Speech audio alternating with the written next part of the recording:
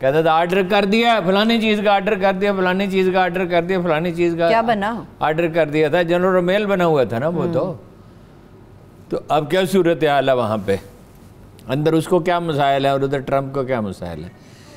دیکھیے اب جو انور نے بات کی ہے اس میں چاروں موضوعات پہ اکٹھے کر دیتے ہیں اس کو. اچھا اب اگر نو کانفیڈنس موو کرنی ہے، پارٹی کے اندر بھی ہے انتشار، یہ ذہن میں رکھیں، پارٹی کے اندر ریاض پیرزادہ کی تقریر کو ذہن میں رکھیں. کل میں نے اس کا حوالہ دیا، اسی لیے حوالہ دیا تھا، ریاض پیرزادہ صاحب کے اندر اتنی بٹرنس اور اتنا اظہار شدت کے ساتھ اس بات کی علامت ہے کہ وہ سمجھتے ہیں کہ حکومت کمزور پوزیشن میں ہے. ایک پہلو یہ بھی ہے، ہو سکتا ہے جو کچھ انہوں نے کہا اس میں صداقت کا ایلیمنٹ بھی. مولانا فضل الرحمان کا یوں کرونا کے دور میں متحرک ہونا، اختر مینگل کا اتنا سخت سٹینڈ لے لینا، شاید حکومت بھی دیگر معاملات کے اندر. اچھا جی جیسکم کا آپ غور کیجئے، یہ دو بہت حیران کن واقعات ہیں کہ جیسکم کا عمران فاروق کے قاتلوں کو سزا ہوئی تو جیسکم کو کیا پرابلم ہوا؟ یہ مصطفیٰ کمال صاحب نے بات کی نا، ہاں یہی مصطفیٰ کمال نے بالکل صحیح سوالات اٹھائے، اور یہ بھی اس نے ٹھیک کہا کہ خون چاہیے اس کو، بھیڑیے کو خون چاہیے. اور بھیڑیا ہے کہ تو الطاف سے چھوٹے سے بھیڑیا ہے نا، انڈیا ہے وہ بڑا ہے جو انڈیا سپورٹ کر رہا تھا پیسوں کے ذریعے. جو انڈین اسٹیبلش، یہاں جو لوگ انڈیا کے حق میں بات کرتے ہیں نا، یہ تو دیکھو کیسی بدقسمتی ہے، ملک اتنا کمزور ہو گیا کہ پوچھ نہیں سکتے، ایک آدھ نہیں ہے، بے شمار ہیں. جمعہ خان صوفی کی کتاب پڑھیں کہ عبدالولی خان کہاں سے پیسے لیتے تھے اور عبدالغفار خان کو کہاں سے پیسے ملتے تھے، اور این پی اے کے لوگ کیسے وہاں ٹریننگ کر رہے تھے، اور علاقائی پارٹیاں. ٹھیک ہے، اور یہ مولانا فضل الرحمان کو کشمیر کمیٹی کا چیئرمین، ذرا غور فرمائیے، وہ مانتے ہی نہیں تھے کہ کشمیر میں جہاد ہو رہا ہے، وہ کہہ رہے جہاد افغانستان میں ہو رہا ہے. اور خواجہ آصف نے بھی کہا، اور مولانا فضل الرحمان نے اگرچہ یہ لفظ نہیں کہ عمران خان سے نجات مقصود ہے. اور مجھے ایک بہت ہی نمایاں لیڈر نے کہا چند مہینے پہلے نون لیگ کے، ہمیں پتہ ہے ملک عدم استحکام کا شکار ہو جائے گا، ہمیں پتہ ہے مہنگائی اس سے بہت بڑھے گی، بے چینی اور بے یقینی انتشار پھیل جائے گا، لیکن ہمیں کیا، جب عمران خان کو پرواہ نہیں ہے تو ہم کیا، وہ ہم سے بدلہ لینا چاہتا ہے. یعنی کہ آپس کی لڑائی میں عوام ملک کا کوئی وفادار نہیں ہے، نہیں اقتدار کی لڑائی نا جی، کرسی کی لڑائی، بھوکے پیسے اور طاقت کے بھوکے، ان کو ملک کی کوئی پرواہ نہیں ہے. یہی جیسکم کے لوگ پیپلز پارٹی کے ورکر نہیں تھے جنہوں نے بے نظیر کے قتل پر ریلوے اسٹیشنوں کو اور سرکاری عمارتوں کو آگ لگائی تھی. پیپلز پارٹی کے ورکر کہاں آگ لگاتے ہیں؟ پیپلز پارٹی کے ورکر کو ان سے بہت سے غلط کام کر سکتے ہیں، بہت سی چیزیں خطائیں کر سکتے ہیں، اس حد تک نہیں آگ لگاتے ہیں وہ. یہ جیسکم کے لوگ تھے جنہوں نے آگ لگائی تھی، جو گھروں کے اندر رہنا غیر محفوظ ہو گیا تھا. ہارون صاحب مجھے یاد ہے وہ وقت. ریلوے اسٹیشنوں کو آگ لگانے سے کسی کو کیا حال ہوتا ہے؟ ریلوے کا کیا تعلق تھا؟ بے نظیر کا جو قتل ہے، جو ظاہر ہے بہت افسوسناک تھا، سرکاری املاک کو جلایا، ظاہر ہے بہت ہی المناک واقعہ تھا، ٹھیک ہے جی. تو وہ آگ لگائی، اور ان میں جو آگ لگانے والے تھے چند، ان میں اس کو آئیڈینٹیفائی کیا ISI نے کہ یہ MI6 کے لوگ ہیں. لیکن اس کے گھر سے پیسے نکلے تھے نا الطاف حسین کے، MI6 کی بات بھی میں کروں گا، اس کے گھر سے پیسے نکلے تھے نا الطاف حسین کے گھر سے 5 لاکھ پاؤنڈ. وہ منی لانڈر کا کیس کیوں نہیں چلا؟ عمران فاروق کے قتل کے. اب جو یہ انور بولا ہے تو ایسے تھوڑی بولا ہے، اس کو خوف محسوس ہوا ہے نا، مگر وہ تو تعاون کے لیے تیار ہے. ہارون صاحب تعاون کے لیے کیوں تیار ہوا آسانی سے؟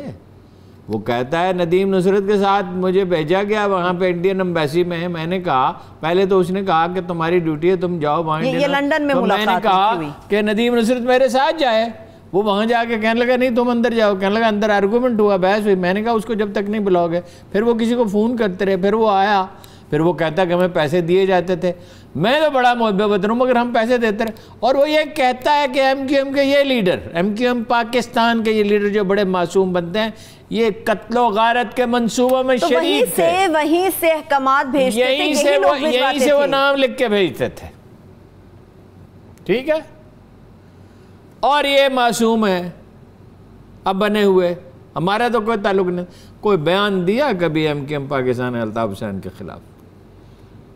وہ تو کہتے ہیں ہم نے علیحدہ کر لیا، وہ کہتے ہیں علیحدہ کر لیا، اس سے بڑا کیا ثبوت آپ لوگوں کو چاہیے کہ ہمارا کوئی تعلق نہیں ہے؟ تو جو 16,000 آدمی مارے گئے، ایک چوزا گاڑی کے نیچے آ جائے تو ملال آدمی کے سینے میں دل ہو، انسان ہو تو اس کو دکھ ہوتا ہے. مرغی کا چوزا اگر گاڑی کے نیچے آ جائے تو آدمی کو کلک ہوتا ہے. چیز آئے کہ وہاں 16,000 آدمی مر گئے اور وہ انڈیا کے ایما پر ہوئے. وہ تو انڈیا نے روک دیا نا سارے کیس کو، انڈیا نے برطانیہ سے کہا ہم ایکسپوز ہوں گے، خود برطانیہ بھی ایکسپوز ہوتا. فاروق ستار الیکٹ ہونے کے بعد سب سے پہلے ایک کالی گاڑی میں بیٹھ کے امریکی کونسل خانے گئے تھے. ان کے ایما پر امریکہ اور برطانیہ کے ویزے جاری ہوتے تھے. یہ دو انٹرنیشنل ایجنسیاں جو ان کے لیے سری لنکا میں، فار ایسٹ میں، جنوبی افریقہ میں، دوسرے افریقی ممالک میں سٹے کا بندوبست کرتی تھی. مگر معاملے کا دوسرا پہلو کیا ہے؟ 14 MNA منتخب کرا دیا کراچی نے. تو کیا کیا عمران خان نے کراچی کے لیے؟ پینے کا پانی نہیں، کوڑا اٹھتا نہیں. وہ تو کہتے ہیں مسائل اتنے زیادہ ہارون صاحب کہ ان کو حل کرنے میں کچھ وقت لگے گا. شروع تو کریں.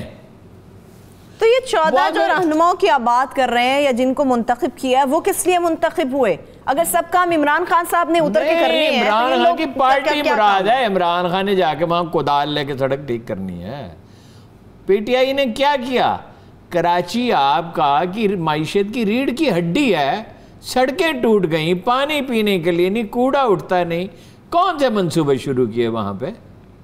یہ تو ابھی الیکٹ ہوئے نا، یہ تو ابھی الیکٹ ہوئے 2018 میں، جو پہلے سے وہاں پہ موجود ہیں انہوں نے کیا کیا؟ پچھلے منگل کو الیکٹ ہوئے تھے، پچھلے 2 سال میں کیا کیا؟ پیپلز پارٹی کے معاملے میں تو کچھ کہنے کی، عرض کرنے کی ضرورت ہی نہیں ہے نا. تو ایم کے بارے میں بات کر لیں. یہ بلدیاتی نظام سارا ایم دیکھتی رہی، ان کا تباہ ہو گیا. نہیں، بلدیاتی نظام کو تو دیکھیے نا، آتے ہی انہوں نے سمیٹ دیا. نہیں، جمہوریت والوں نے فوجی حکومت میں تو بلدیاتی اداروں کے پاس اختیارات تھے. عمران خان نے وہاں دیے اختیارات پختونخوا میں، اور اس کے نتائج بھی نکلے. بالکل نکلے. 30% بجٹ دیا، اور بھی کئی اچھے کام کیے. وہاں اسکول بہتر کیے، وہاں ہاسپٹل بہتر کیے. اب ہر چیز بگڑ رہی ہے. ٹھیک ہے، صحیح. ہارون صاحب، جو انٹرویو آیا ہے محمد انور کا، وہ کہتے ہیں کہ عشت العباد کو بھی اس کیس میں شامل کیا جانا چاہیے، جو عمران فاروق قتل کیس ہے، کیونکہ اس میں ان کی نامزدگی آ رہی. وہ تو اشتہاری ڈکلیئر ہو گئے عدالت کی طرف سے، لیکن وہ کہتے ہیں میرے خلاف ثبوت نہیں ہے. لے کے آئیں ثبوت، اگر میرے خلاف ثبوت ہے تو ایکشن لے لیں. وہ تو کھلے عام دعوت دے رہے ہیں. دیکھیے نا، اس کا دعویٰ یہ ہے کہ میں نے تو کیا وہاں کے پولیس کو کہتے ہیں اس کے ساتھ تعاون کیا، اور آئندہ بھی تعاون کرنے کے لیے تیار ہوں میں عمران فاروق کے قتل میں ملوث نہیں. مگر یہ تو کہتا ہے نا پیسے لاتا رہا انڈین ایمبیسی سے. یہ تو وہ اعتراف کر رہے، کنفیس کیا. اور یہاں وہ پیسے کس چیز کے لیے؟ وہ کیا کہتا تھا الطاف حسین، تمہیں پتہ نہیں ہے سر میں کیل کیسے ٹھونکی جاتی ہے، مغز کیسے نکالا جاتا ہے، اس کو تلا کیسے جاتا ہے، کیسے وہ یہ بیچو اپنی ساری چیزیں اور اسلحہ خریدو اور وہاں فائرنگ کی مشق کرو. ہاں جی، وہ تو چونکہ پاگل ہو چکا تھا، اس لیے وہ اپنی اس کے ہاتھ پاؤں نے، اس کی زبان نے گواہی دی اس کے خلاف. مگر یہ بھی معصوم نہیں تھے. اور ہمارے جو فیصلہ ساز ہیں انہوں نے کمال کیا. میں نے کل بھی آپ سے عرض کیا تھا، میں نے ان سے کہا اے فاروق ستار لیڈر ہو سکتا ہے. یا اب کل بھی گفتگو آپ نے کی؟ نہیں، بارہا میں نے کی، لکھا بھی. ان کے سیاسی تجربے کی بنیاد کے اوپر ہارون صاحب فاروق ستار صاحب کی بات کی جاتی رہی ہے. کیا سیاسی تجربہ اس کا؟ اس بیچارے کو تو بات تک کرنی نہیں آتی. چلیے، ایم کیو ایم کے اندر تو ان کا کافی تجربہ رہا، اور جو ان کے کارنامے ہیں وہ اس کے لیے میرے پاس موضوع لفظ نہیں ہے بیان کرنے کے لیے. الطاف حسین نے کبھی بیان کیے تھے ان کے بارے میں. ٹھیک ہے، اب مجھے یہ بتائیے ہارون صاحب، چلے یہ تو سارے معاملات ہیں کہ بھارت ڈسٹربنس کریٹ کر رہا ہے اس وقت ملک کے اندر بھی، کشمیر کے اندر بھی پرابلمز ہیں. میں ان پہ 1 بائی 1 گفتگو کروں گی. مگر یہ جو حالیہ دہشت گردی کی لہر ہے، اس کو کنٹرول کیسے کیا جائے؟ ہر روز تو ایک واقعہ ہو رہا ہے یہاں پہ. نہیں، کنٹرول تو آپ نے دہشت گردی کے اس عظیم الشان طوفان کو کر لیا جس کے بارے میں یعنی یہ عمران خان جیسے آدمی کی ہمت ٹوٹ گئی تھی اور کہتا تھا طالبان کا دفتر بنانے کی اجازت دی جائے، اور جو کہتے تھے یہ ہو ہی نہیں سکتا. ایک ہفتے میں 5 بڑے دھماکے ہوتے تھے، 60,000 70,000 ہمارے شہر. اب ہر روز ایک اور واقعہ ہو رہا ہے. نہیں، اس طرح کا واقعہ نہیں ہو رہا. ایک منٹ دھماکے ہوتے تھے، ہر دھماکے میں 60-70 معصوم شہری شہید ہوتے تھے ہر ہفتے، 3 سے 5. اس کو آپ نے کنٹرول کر لیا. یہ تو انٹیلیجنس کو بہتر بنائیں. آپ نے بلوچستان میں بھتہ لیا جاتا تھا, پاکستانی پرچم بہت سی جگہوں پہ نہیں لہرا سکتا تھا, لوگ پولنگ بوتھ پہ نہیں آ سکتے تھے. آپ نے اس بلوچستان میں قبائلی پٹی کو, آپ نے سوات کو آپ نے آزاد کرایا ٹیررسٹوں سے, قبائلی علاقے. اب بھی آپ کو لڑنا ہوگا. آپ ڈھیلے پڑ گئے, آپ کی انٹیلیجنس ایجنسیاں ڈھیلی پڑ گئیں, آپ اور چیزوں میں پڑ گئے. کون اور چیزوں کی بات کرے؟ وہ فیصلہ کرنے والے جو پرائرٹی ہے. آپ جنگ میں ریلیکس کہتے ہیں. انڈیا آپ کا ملک کو ختم کرنا چاہتا ہے اور وہ معذور رکھنا چاہتا ہے. امریکہ یہاں اپنے گھوڑے پالتا ہے. کتنے لوگ ہیں بڑے بڑے, اب کچھ نام لیے جاتے ہیں تو وہ کاٹ دیے جاتے ہیں, کوئی نام لینے کی اجازت نہیں دیتا. کتنے لوگ ہیں جن کے بچے بیرون ملک پڑھتے ہیں, کتنے افسر ہیں جن کے پاس دوہری شہریت ہے, کتنے جاگیردار ہیں جن کے امریکہ سے تعلقات ہیں. ہارون صاحب یہ کہیں کتنے افسر جن کے پاس نہیں ہے. اس ملک کے ہر سیاستدان کے پاس یہ ان کے بچے امریکہ میں کیسے پڑھتے ہیں, وہاں پڑھتے ہیں. اور کتنے لوگ ہیں جو انڈیا میں آج بھی عمران خان کی حکومت میں ایسے لوگ شامل ہیں جو انڈیا اس طرح شاپنگ کرنے کے لیے جاتے تھے جیسے میں یہاں سے گزرنے والے چلے. ٹھیک ہے, میں بریک کی طرف جانی, چھوٹی سی بریک سے واپس آ کے میں یہیں سے آگے بڑھوں گی اور الائنس کی بات کریں گے کہ کون کون سی پارٹیاں اس وقت مشکل کریٹ کر سکتی ہیں, اور خاص طور پر ان کے اتحادیوں کے حوالے سے عمران خان صاحب کی, اس کے ساتھ ساتھ امریکی صدر کی گفتگو ہوگی اور بھارت سے متعلق بھی کچھ مزید گفتگو ہوگی. ہمارے ساتھ رہیے.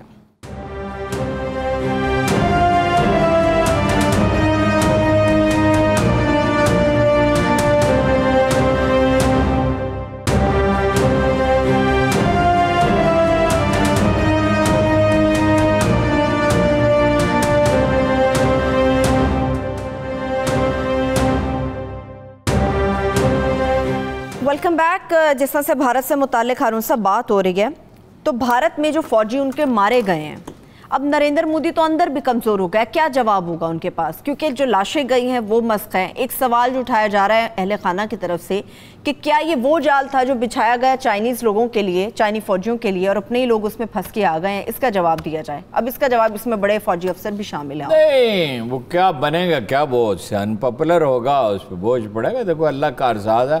انسان یہ سمجھتے ہیں کہ اس دنیا کی تقدیروں کے وہ فیصلے کرتے ہیں. جو فیصلے کرتا ہے اسے دیکھیے نا. میں نے آپ کو کئی دفعہ غالباً قرآن کی آیت ایک سے زیادہ بار سنائی کہ دنیا کے ہر زیرو کو ہم نے اس کے ماتھے سے تھام رکھا ہے. اللہ کہتا ہے ہر زیرو کو اس کے ماتھے سے تھام رکھا ہے. یہ ڈیسیژن میکنگ برین, وہ ایک خیال آدمی کے ذہن میں آتا ہے, اچھا یا برا, کسی طرح کا بھی کوئی خیال آتا ہے, اور وہ خیال انعام کے طور پہ بھی ہو سکتا ہے کہ آدمی کو یہ توفیق ہو کہ کمزوروں, غریبوں, محتاجوں کی مدد کرے, خیانت سے بچے, جھوٹ سے بچے. اور یہ بھی خیال دماغ میں خناس بھی ہو سکتا ہے, اور پھر اس خناس کا وہ نتیجہ بھی بھگت سکتا ہے. وہ اس کو اپنی پوری قوم کے سامنے بھارت کو بطور ملک کے بے پناہ خفت اٹھانی پڑی. مودی کو بطور لیڈر کے بے پناہ خفت اٹھانی پڑی. وہ تو چیخ رہے تھے پاکستان پہ ایسے جیسے آج نہیں تو کل, کل نہیں تو پرسوں غار کریں گے اور گلگت بلتستان اور لے لیں گے اور یہ کر دیں گے اور فلاں کر دیں گے. تو آج وہ کہاں کھڑے ہیں, اس کو ذلت اٹھانی ہوگی. اور الٹیمیٹ انالیسز میں دیکھیے, ہمارے اندر ہزار خرابیاں, ہم منقسم ہیں, ایک دوسرے سے لڑتے رہتے ہیں, اقتدار کی جنگیں ہیں, لوٹ مار کرنے والے سیاستدان ہیں, اور بھی بہت سی خامیاں ہیں قوم میں کئی طرح کی. لیکن ایک کام نہیں کر سکتا انڈیا, اس ملک کو فتح کر لے. ایوب خان نے اس سے کلدیپ نائر سے کہا تھا, ہم تمہارے پہلو میں کانٹے کی طرح ٹکتے رہیں. مشرقی پاکستان الگ ہو گیا, جو حادثہ ہونا تھا وہ ہو گیا. یہ وہ پاکستان نہیں ہے, یہ 1971 کا پاکستان نہیں ہے. یہاں وہ آئیں گے اور آ کے چڑھ جائیں گے. جی ان کے پاس 1 کروڑ فوج بھی ہوتے اس ملک کو. یہ وار ہارڈنڈ آرمی ہے, اس کے پاس اسلحہ. باپ تو سارے خیر ماشاءاللہ جہاز سارے جو ہیں اور ہیلی کاپٹر وہاں پہنچے ہوئے ہیں چینی سرحد پہ. اب تو کسی بڑی کارروائی کی پوزیشن میں نہیں. خفت اٹھائیں گے اور چین کے ساتھ دب کے صلح کریں گے, اور چین علاقہ نہیں چھوڑنے کا. کشمیر کے معاملے کا کیا بنے گا؟ جی کشمیر معاملے کا کیا بنے گا؟ کشمیر کے معاملے کا اس وقت کچھ نہیں. دیکھیے چین کے ساتھ اگر وہ جھگڑا کریں گے, لے کی وادی پہ وہ قبضہ کر سکتا ہے. لداخ کیا ہے, لے وادی جہاں سے دریائے سندھ کے کنارے پہ ہے. اور کارگل تو پاکستان کے پاس تھا نا, 71 کی وار میں گیا نا. ہم بھی کارگل پہ چڑھ دوڑے تھے لیکن ہم کمزور قوم تھے اور ہماری لیڈرشپ اور زیادہ کمزور تھی، لیکن الحمدللہ اب ہم بڑے مضبوط ہیں اور ہماری لیڈرشپ بھی مضبوط ہاتھوں میں ہماری فوج مضبوط ہے، لڑنے کے لیے جان دینے کے لیے تیار ہے، خامیاں خرابیاں اپنی جگہ۔ اگر کوئی دیکھیے، کل میں نے آپ سے ایک بات کہی تھی، قومیں اپنے بنیادی اداروں میں کم از کم اتفاق رائے کے ساتھ فروغ پاتی ہیں، عدلیہ اور فوج اور جناب انتظامیہ اور مقننہ پارلیمنٹ، کوئی تو ہم آہنگی ہونی چاہیے۔ فارن پالیسی میں یہ انڈیا میں یہ تماشا ہوتا ہے کہ کچھ کہہ رہا ہے کہ کچھ کہہ رہا ہے، اور یہ آپ دیکھتے ہیں بلاول کس طرح کی پریس کانفرنس کرتا ہے، یعنی ایک سندھی ہے، گویا کہ سندھ کا تو وجود ہے جو کہ ہے، وہ جو نہایت محترم ہے، سندھ کارڈ کھیلنے کی ہمیشہ کوشش کرتا ہے، نفرت پھیلاتا ہے۔ یہ پنجاب میں اللہ کی مخلوق نہیں بستی اور پختونخوا میں اور بلوچستان میں، یہ سندھ کے ساتھ زیادتی ہو رہی ہے، کیڑے مار دوائیں نہیں دی، کیا نہیں دیا تمہیں؟ وہ 18ویں ترمیم کے تحت ہر چیز تمہیں دے دی، تم نے خود کیا کیا؟ وہ صوبوں کو پیسے دینے کے بعد اور اپنا وہ قرضے ادا کرنے کے بعد تو آپ کے پاس پیسے بچتے کوئی نہیں، بلکہ پورے ہی نہیں ہوتے۔ اچھا، ادھر مولانا فضل الرحمان صاحب ہیں، وہ کہتے ہیں، انہوں نے 3 برس پہلے، اس وقت میں نے یہ سوال بھی اٹھایا تھا، کہا بلوچستان میں جلسے یہ قوم نہیں بن سکی، یہ قوم نہیں ہے، انڈیا قوم ہے جس کی 256 اضلاع میں یہ تحریکیں ہیں علیحدگی کی، جہاں کشمیر میں علیحدگی کی تحریک ہے، جہاں آسام، وہ جھارکھنڈ، کہاں وہ قوم ہے۔ صحیح۔ مینگل صاحب نے جو ملاقات کی، جس کا آپ نے ذکر بھی کیا ہارون صاحب، مینگل صاحب کے ساتھ جو مولانا صاحب کی ملاقات ہوئی، اس کے کچھ پوائنٹس نکل سکے، کن بنیادوں پر، کیا حکومت کے ساتھ واقعی میں کوئی حتمی رائے نہیں دے رہا، مگر یہ آپ سے عرض کرتا ہوں کہ جیسے میں نے پہلے کہا، مولانا فضل الرحمان انگاروں پہ لوٹ رہے ہیں کہ عمران خان، ہم کو عمران خان سے خوشی نہیں، پاکستانی عوام کیسے خوش ہو سکتے، اس نے ہمیں کچھ نہیں دیا، لیکن یہ انگاروں پہ لوٹ رہے ہیں، وہ جائے خواجہ سے بھی یہی، نواز شریف کا بھی یہی ہے، شہباز شریف کا بھی یہی ہے، زرداری کا بھی یہی ہے کہ ہمارے کرپشن کے کیسز کو نہ چھوڑا۔ ہم تو خود کہتے ہیں کہ احتساب اس انداز میں تو بہرحال نہیں ہونا چاہیے، یہ کریں گے جوڑ توڑ۔ دیکھیے اختر مینگل اگر تو فیصلہ کر کے گئے ہیں کہ کسی صورت واپس نہیں آنا، بظاہر تو فیصلہ محسوس ہو رہا ہے، اور اگر یہ فیصلہ کسی منصوبے کا حصہ ہے تو پھر ایک دوسری پارٹی بھی الگ ہوگی، ٹھیک ہے، لیکن میں نہیں مانتا یہ بات کہ اسٹیبلشمنٹ کی مدد کے بغیر ہو سکتا ہے۔ اگر اسٹیبلشمنٹ تہیہ کر لیں، تبدیلی آنی چاہیے، تبدیلی کا طریقہ یہ ہے، نو کانفیڈنس موو کریں، کہیں یہ بات نئے الیکشن کریں، ہارون صاحب، اور لیکن یہ 2-3 چیزیں ہو سکتی ہیں۔ یہ کہہ سکتے ہیں، اس کے لیے شاہ محمود قریشی نے تو باقاعدہ لابنگ بھی کی، اندرون ملک بھی بیرون ملک بھی، مجھے وزیر اعظم بنا دیا جائے، ایسا یہ کہتے ہیں، ایسا وزیر اعظم پی ٹی آئی کے اندر سے جو سب کے لیے قابل قبول ہو۔ سب سے زیادہ قابل قبول تو یہی ہو سکتا ہے، اس کے پردادا انگریزوں کے ساتھ تھے اور یہی ان کا نام تھا، اور اسی لیے انہیں یہ گدی ملی، یہ اس گدی کے وارث تو نہیں ہے، اور ہر پارٹی میں رہے ہیں اور ہر پارٹی کے لیے، ہر شخص کے لیے قابل قبول۔ لیکن یہ ہو سکتا ہے، اگر یہ ایسا ہونا ہو کہ میاں محمد سومرو یا اسد عمر کا نام آئے، لیکن اسد عمر صاحب کافی مضبوط کینڈیڈیٹ ہیں، ایک بات یاد رکھ، Imran Khan can be an incompetent prime minister, a weak prime minister, لیکن وہ ایک بڑا مضبوط اپوزیشن لیڈر، یہ آسان نہیں ہوگا اس سے نمٹنا، اس کو بلیک میل کرنے کی اگر کوشش کریں گے۔ کاش کہ عمران خان صاحب ایک اپوزیشن لیڈر ہی رہتے ہارون صاحب، کاش کہ ایسا ہوتا، دیکھو اللہ کے فیصلے ہیں، دیکھو اللہ کے فیصلے، قرآن کہتا ہے ہم بعض کو بعض کے ذریعے دفع کر دیتے ہیں۔ یہ نواز شریف اور جو پیران تسمہ پا زرداری ہماری گردن پہ بیٹھے تھے، ان سے کوئی لڑنے کے لیے تیار تو نہیں تھا نا، لڑا تو سوائے عمران خان صاحب کے۔ لیکن کیا ہارون صاحب، جو کل آپ نے اشارہ دیا تھا کہ ایک چیز یہ بھی زور پکڑی کہ عمران خان صاحب سے استعفے کی، مستعفی ہونے کی باتیں کی جا رہی، تو یہ مطالبہ تقویت تو نہیں پکڑ جائے گا ان تمام تر معاملات کے بعد؟ نہیں، استعفے کا یہ کہتے ہیں نا، استعفے کا مطالبہ کرنے سے کیا ہوتا ہے، وہ تو دیکھیں نا، اسٹیبلشمنٹ اگر کرنا چاہے تو دوسری بات ہے، اس کی اپنی ریپر، ویسے ایک عجیب و غریب چیز اور بھی ہو سکتی ہے کہ وہ اسمبلی توڑ دے ایسی صورتحال میں۔ خدشات موجود ہیں بھائی، سیاسی عدم استحکام ہے، اس میں کسی طرح بھی کی کوئی چیز ہو سکتی ہے، اور میں دہراتا ہوں، بار بار اس بات کو دہرانا چاہیے، کوئی خدا کا خوف کرو، یہ ملک ہے، اس کو انڈیا سے تھریٹ ہے، امریکہ سازشیں کر رہا ہے، برطانیہ کر رہا ہے، کوئی خدا کا خوف کرو، یہ جو ریاست کے مختلف ادارے ہیں یہ مل کر بیٹھیں، ہم تو خوش نہیں ہیں عمران خان سے، مگر اس طرح اکاڑ پچاڑ کریں گے. آپ نے ہم سے کہا ایوب خان چلا جائے گا یہ ملک ٹھیک ہو جائے گا. آپ نے ہم سے کہا یا خان کی تو خیر بات ہی چھوڑ دینا، بھٹو چلا جائے گا یہ ملک ٹھیک ہو جائے گا، ضیاء الحق چلا جائے گا یہ ملک ٹھیک ہو جائے گا، پھر بے نظیر چلی جائے گی ٹھیک ہو جائے گا، پھر نواز شریف کے جانے سے ٹھیک، پھر کہا مشرف کے جانے سے ٹھیک. تو کیا ٹھیک ہوا؟ او بھائی ایک سسٹم چاہیے ہوتا ہے. ملک کس چیز پہ چلتا ہے؟ نہیں یہ ٹھیک کرنے کے لیے ملک ایک نظام عدل پہ چلتا ہے. کراچی میں رونا کیا ہے؟ کراچی میں کس چیز پہ الطاف حسین کچھ لوگوں کا ہیرو بن گیا تھا؟ ایک نیم پاگل آدمی راہ کا ایجنٹ. کس چیز پہ؟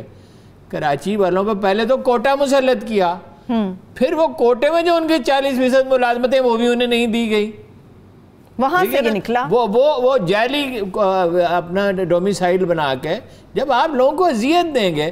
یہ عدلیہ ہے، یہ عدلیہ، اس کو عدلیہ کہتے ہیں، یہ پولیس ہے. یعنی نچلی عدالتوں کی جو حالت ہے، اوپر تو پھر بھی کوئی امید کی جاتی ہے، نچلی عدالتوں کی جو حالت ہے وہ کسی کو اس کی فکر نہیں ہے. انصاف کے بغیر ملک کیسے چل سکتا ہے؟ ہارون صاحب فکر تھی تو عمران خان صاحب کو ووٹ ملے، فکر تھی، لوگ پرانے لوگوں سے تنگ تھے تو عمران خان صاحب کو ووٹ ملے تھے، ان کی تقریروں پہ نہیں ملے تھے. عمران خان صاحب نے تو یہ کہا نا 30 اکتوبر 2011 تک ایک دوسرا عمران خان تھا، خلق خدا اس کے لیے امٹ پڑی. میں نے وہ 2 دن لاہور میں گزارے، جلسے سے پہلے بھی دھرنے میں بھی لوگ اور بڑے شہروں میں گیا، مختلف جگہوں پہ گیا، شہر کے علاقوں میں. وہ لوگ جو کبھی سیاسی جلسوں میں گئے ہی نہیں تھے وہ گئے. عمران خان صاحب کے جلسے میں آئے. ان کو پھر سمجھایا گیا کہ نہیں یہ پرانے سیاسی خاندان ان کو لے کے آؤ، اور یہی تو ہمارا خون چوسنے، یہی 50s میں یہی کھیل کھیلتے تھے. جب ایوب خان کا مارشل لا لگایا تو وجہ کیا تھی؟ نہرو نے کہا اتنی دفعہ میں دھوتی نہیں بدلتا جتنی دفعہ پاکستان میں حکومت بدل جاتی ہے. یہی تو کھیل کھیل رہے تھے. صحیح. اب ایک اور کھیل کی طرف بھی اشارہ کرتے ہیں. آپ نے کہا کہ عمران خان صاحب کو جس لیے لے کر آئے، اور میں نے بھی سنا، میں نے بھی یہ بات کی کہ عوام بھی ان سے خوش نہیں ہے. عمران خان صاحب جس بزدار صاحب سے خوش ہیں، ان کی ناک کے نیچے بڑے ایسے لوگ ہیں جو کہ نہ خوش ہیں. تونسا کا جو واقعہ ہے اس کا فالو اپ دینا ہے ابھی ہارون صاحب. وہ تو عجیب واقعہ ہوا ہے اس پروگرام کے بعد، وہ جو ہم نے احتجاج کیا کہ حقائق بیان کیے. ایکشن ہوا؟ ٹھیک، ایکشن کیا ہوا؟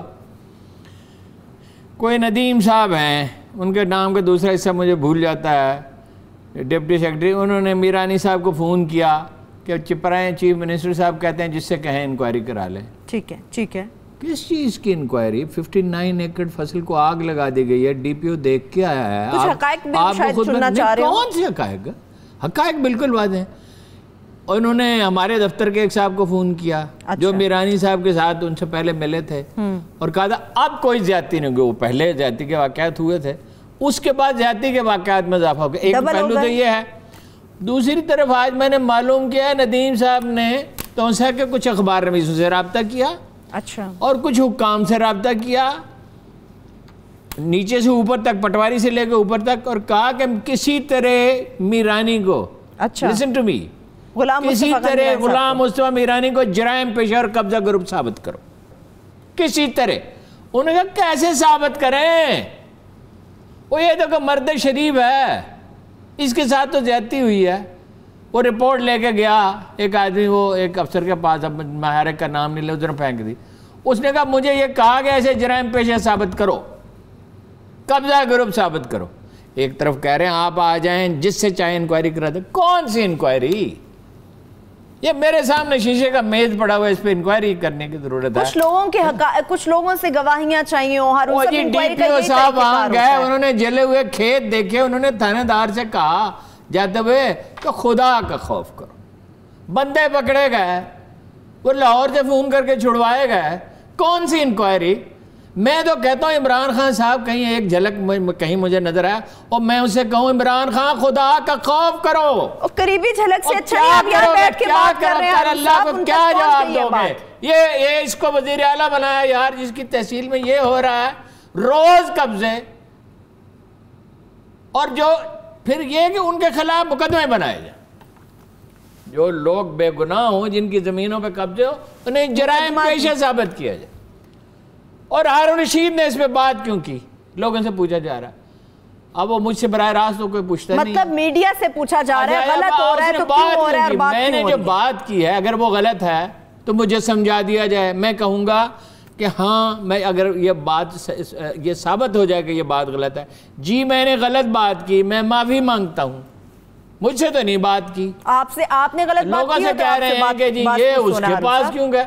انہوں نے کہا بھائی وہ کسی کی بات مانتا ہے یا کسی کے کہنے پہ کرتا ہے، اس نے اپنے طور پہ اگر آپ نے غلط بات کی ہوتی ہارون صاحب تو انکوائری کے حوالے سے کیوں میران صاحب کو یہ آپشن دیا جاتا کہ آپ جس سے چاہیں آپ کروا دیں؟ افسوس ہے بزدار صاحب آپ پہ، بے حد افسوس ہے، اور آپ کو پتہ نہیں، اور عمران خان صاحب بے حد افسوس ہے، اور ان لوگوں کو بالکل اندازہ نہیں ہے کہ اس دنیا کا کوئی آقا و مالک ہے، وہ فیصلے صادر کرتا ہے، اس طرح نہیں ہوتا۔ اقتدار کی کرسی کا نشہ ایسا ہوتا ہے ہارون صاحب، سب ذہن سے غائب ہو جاتا ہے۔ مجھے بتائیے آپ کی ذاتی حیثیت میں کوئی میرانی صاحب سے بات چیت ہوئی اس بارے میں؟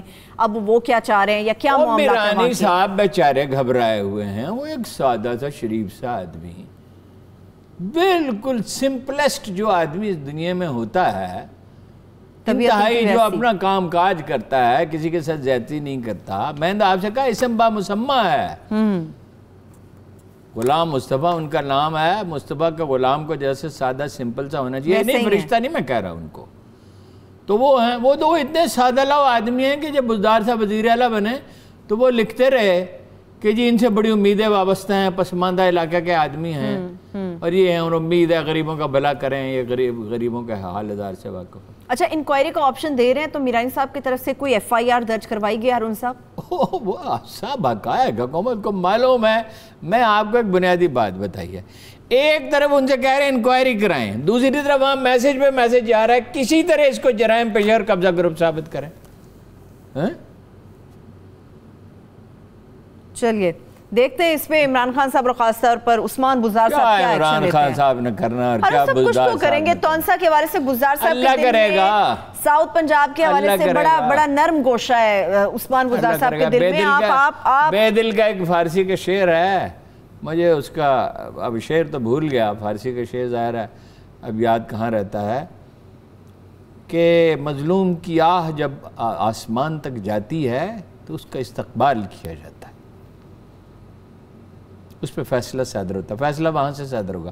جب نواب کالا باغ نے جماعت اسلامی کے ایک جلسے میں جس کی صدارت مولانا مودودی کر رہے تھے، چھوٹی جگہ موچی دروازے کے پاس کھلی جگہ پہ، جن پہ آپ کو 1000 اعتراضات ان کی سیاست پہ ہو سکتے ہیں، وہ مرد شریف تھے، وہ کوئی خدا نخواستہ کوئی پسند یا کسی طرح کے وہ تو نہیں تھے۔ ان کے جلسے میں گولی چلائی گئی اور ایک کارکن کو ان کو شہید کر دیا گیا، تو انہوں نے ایک فکرہ کہا تھا۔ ایک تو وہ بزدل آدمی نہیں تھے بالکل، یہ آج کے سیاستدانوں کی طرح تھوڑی تھے، لیڈروں کی طرح۔ آج کے سیاستدان تو وہ جب وہ کھڑے ہوئے تو وہ سیاست پہ، میں پھر کہتا ہوں کہ مجھے تو ان کی سیاست کا جو آؤٹ کم ہوا کوئی اچھا تو نہیں ہوا، ہم دیکھ ہی رہے ہیں۔ تو ایک تو جب وہ کھڑے ہوئے تو لوگوں نے کہا بیٹھ جائیں، آپ بیٹھ جائیں، انہوں نے کہا میں بیٹھ گیا تو کھڑا کون رہے گا؟ ایک تو یہ انہوں نے کہا جو اس وقت انہیں کہنا چاہیے، ایک لیڈر کے شان تھا۔ دوسرا انہوں نے ایک فکرہ کہا، میں نے یہ مقدمہ اللہ کی بارگاہ میں دائر کر دیا ہے۔ اور آپ کو پتہ کیا ہوا تھا؟ نواب کالا باغ کو اس کے بیٹے نے قتل کیا۔ چلیے میں ہارون صاحب اس کے ساتھ ہی بریک کی طرف بڑھ رہی ہوں۔ ایک بریک سے واپس آئیں گے تو امریکی صدر ڈونلڈ ٹرمپ کے حوالے سے بات کریں گے کہ ان کو کتنی مشکلات کا سامنا مزید ابھی کرنا پڑے گا۔ ایک چھوٹی سی بریک ہمارے ساتھ رہیے۔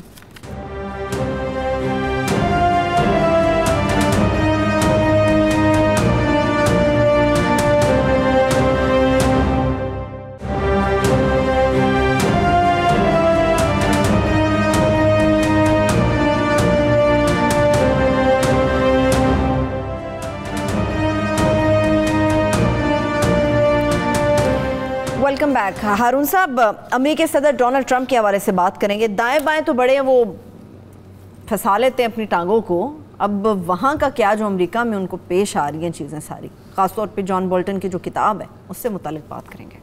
The room where it happened، وہ کمرہ جہاں یہ سب ہوا، جہاں یہ واقعہ پیش آیا۔ اور ان کی بھتیجی جو کتاب لکھ رہی ہیں، جی بالکل، اس کا کیا نام ہے؟ میں اس کا نام آپ کے ساتھ شیئر کرتی ہوں ہارون صاحب۔ خاتون ہے میری ٹرمپ، جو لکھتی ہیں too much and never enough, how my family created the world's most dangerous مین۔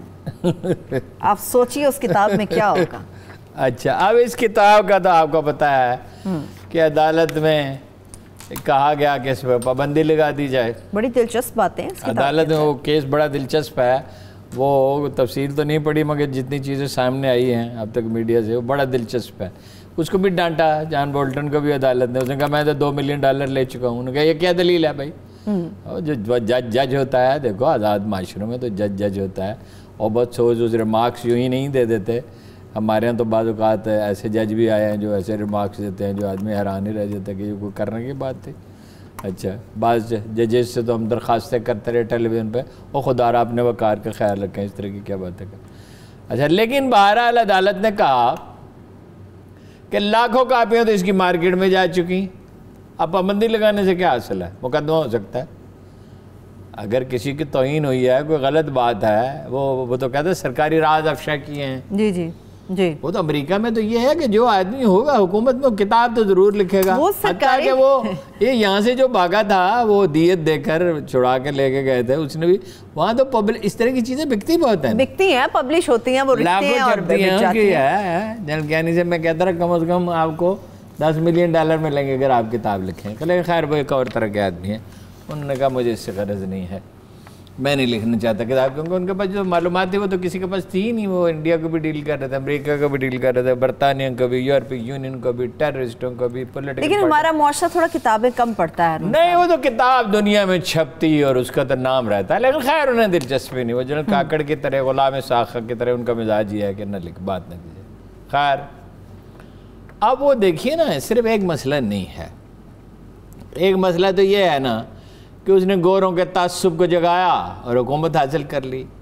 امریکہ کا وقار مجروح کیا اور بہت بری طرح مجروح کیا. وہ نظر بھی آ رہا کہ وہاں پہ اس نے فارن آفس سے مشورہ کیے بغیر جا کے وہ کوریا کے وہ ڈکٹیٹر سے ملا. اس نے CIA کے افسروں کو کہا یوز لیس آفیسرس. وہ ہے بھائی CIA کے افسر ہیں, آپ کو ان میں سے کسی میں کوئی خامی یا کمی ہو سکتی ہے, یوز لیس آفیسر. اس نے 2 ٹاپ جنرلز کو اپنے سٹاف میں لے کے آیا, جنرل میٹس اور دوسرے کا کیلی کیا نام تھا, کو سٹاف صدر بنایا, ایک کو وزیر دفاع بنایا, اور دونوں کو نکالا. ویسے جان بولٹن کے بارے میں پتہ ہے کیا کہتے ہیں وہ؟ احمق بڈھا. نہیں وہ کہتے ہیں نا, وہ ٹرمپ صاحب کے یہی طور طریقے ہیں. نہیں وہ تو مودی کے بارے میں کیا کہا, مجھے بدبو آتی ہے. ویسے ان کے بارے میں مائک پومپیو پتہ ہے کیا کہتے ہیں؟ کہ یہ گندگی سے بھرا ہوا شخص ہے. کس کے بارے میں؟ یہ ٹرمپ کے بارے میں, حالانکہ ان کے بڑے وفادار سمجھے جاتے ہیں مائک پومپیو. اچھا تو آیا تو بھرا ہی ہوا ہے, اس میں تو کوئی شک ہی نہیں ہے. اس نے مودی کی انگریزی کا مذاق اڑایا, کہا یہ کو گلے ملنے کا بڑا شوق ہے, ہر وقت گلے ملنے کی کوشش کرتا ہے. اچھا پھر وہ عمران خان کے بارے میں کوئی بات محتاط رہا, پتہ نہیں کیا غرض تھی, کوئی غرض تھی, بغیر غرض کے تو یہ کاروباری آدمی ہے, وہ کر نہیں سکتا. مجھے تو اس کے بارے میں بہت میرے دل میں شکوک جنم لیتے ہیں, لیکن ظاہر ہے کہ کوئی ایویڈنس نہیں ہے. خیر تو سعودی عرب کے بارے میں اس کو کہا, ایک دفعہ جب انہوں نے کہا کہ ہم نے وہاں پارلیمنٹ کی بلڈنگ بنائی ہے, لائبریری بنائی ہے, تو آپ کو یاد ہے اس نے کہا ہماری امریکہ کی 5 گھنٹے کے انویسٹمنٹ کے برابر ہے. وہ ریڈیکول کرنا جو ہے نا, جیسے یہ پرانے لاہور میں نہیں کوئی کریکٹر ہوتا ہے غیر ذمہ دار سے. پرانے لاہور کے لوگ بڑے میٹھے, بڑے اچھے, بڑے شریف, بڑے پیارے لوگ. آپ نے میری پوری بات نہیں سنی. پرانے لاہور میں بہت نوبل شاندار خاندان بھی ہیں. میں کہہ رہا ہوں یہ جو فلموں میں نہیں دکھائے جاتے پرانے لاہور کے چچورے, جی تو تھڑوں پہ بیٹھے ہوئے ہوتے ہیں, ان کرداروں کی بات کر رہا ہوں. پرانے لاہور میں ظاہر ہے ہر کہیں اچھے لوگ بھی ہوتے ہیں, لاہور ہی بڑے اچھے لوگ ہیں. آگے بڑھتے ہیں اب مجھے پتا ہے آپ کو پرانے لاہور سے آپ کا تعلق ہے, وہ نہیں تو غیر خام خواہ فکر بازی, غیر چچورا. وہ ایک حکمران, ایک دنیا کے سب سے بڑے ملک کا حکمران, جہاں 70% ایجادات ہوتی ہیں دنیا کی یا رجسٹر ہوتی ہیں. جو دنیا بدل رہی ہے تو اس میں امریکہ آج بھی چین سے کئی گنا بڑی طاقت ہے. دیکھیں نا جا کے جو چاند پہ اترے, جو کیا وضاحت کرنے کی کیا ضرورت ہے, کتنی بڑی طاقت ہے. تو سعودی عرب کے بارے میں کیا کہا, 1 ہفتے سے زیادہ کوئی اپنے حلیفوں کے بارے میں کہتا ہے ہمارے بغیر حکومت نہیں کر سکتے. ایران کے بارے میں کیا ایٹیچیوڈ اختیار کیا, معاہدہ کیا ہوا توڑ دیا. چین کو کتنا لائٹلی لیا اور اب اس کا نتیجہ کیا ہے, اس میں بات کروں گی آپ سے. اچھا کرونا پہ کیا کیا, اور اب کیا کر وہ جلسہ کرنے جا رہے ہیں, جلسہ کرنے جا رہے ہیں, نزلہ زکام ہے. اب وہ جو نسل پروان چڑھی ہے نا، دیکھیے ایک عالمگیر جنگ کے سیکنڈ ورلڈ وار کے بعد امریکہ میں ایک نسل پروان چڑھی.